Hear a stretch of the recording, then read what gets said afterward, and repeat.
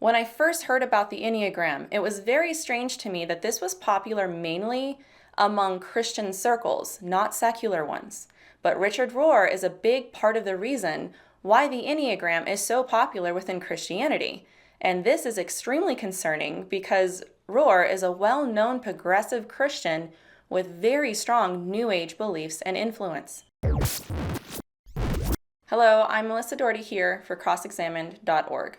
Today, I want to talk about the Enneagram, a very popular and controversial trend within Christianity. But why is it controversial, though? Why do some Christians love it, and others are very concerned with its popularity within Christian churches?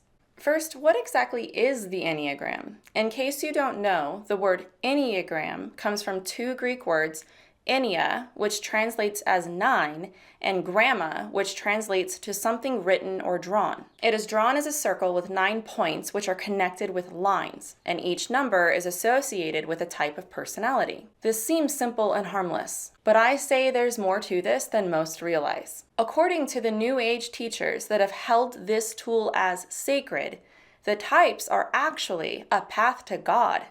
It's an occultic tool. So what people perceive are personality types are actually, according to them, paths to enlightenment. Each number was meant to guide you to your spiritual path of enlightenment.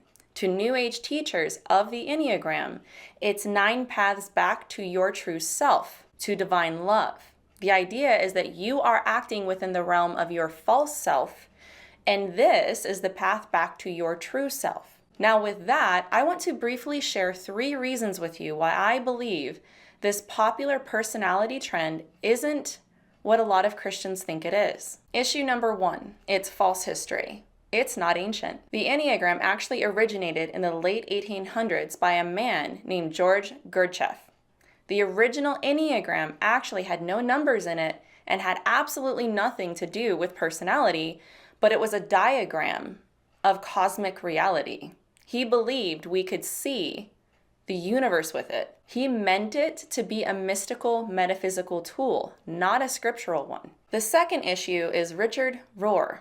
When I first heard about the Enneagram, it was very strange to me that this was popular mainly among Christian circles, not secular ones. But Richard Rohr is a big part of the reason why the Enneagram is so popular within Christianity.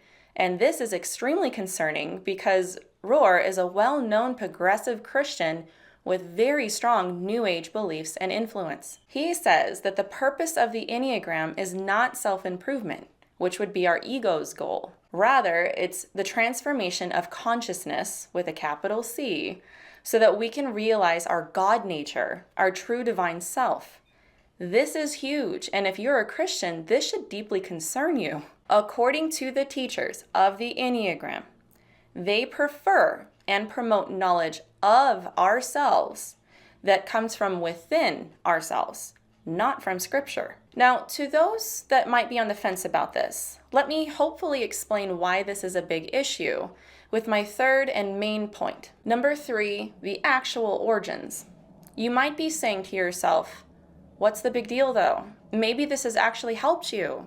Some Christians say the Enneagram has helped them in ways that nothing else has. But I say the standard is different whenever you're trying to say that this is something that's a Christian tool aimed at Christians. It's comparable to a Christian visiting a psychic for love advice or participating in a seance.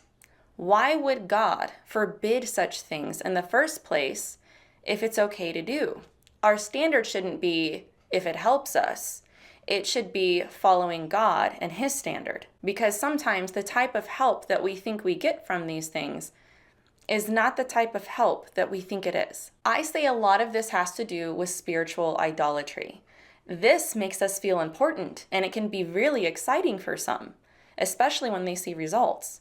But the core issue, in my opinion, comes down to asking this very important question. Can you, in clear conscience, as a Christian, have something formulate your identity around this object, this tool, that is created from contact with familiar spirits? It sort of reminds me of how people live within the confines of their astrological signs as well. I can't tell you how many people have elevated the Enneagram to this level, where their numbers are looked at as their standard of compatibility and can even be used as an excuse to leave marriages and friendships and more. Since the garden, Satan's major focus has been to divert human hearts away from worship of the true God. He entices humans with the suggestions of power, self-realization, and spiritual enlightenment apart from submission to God. If you're interested in learning more about this topic and what I do in ministry, you can find a lot more detailed information on my YouTube channel and at crossexamined.org.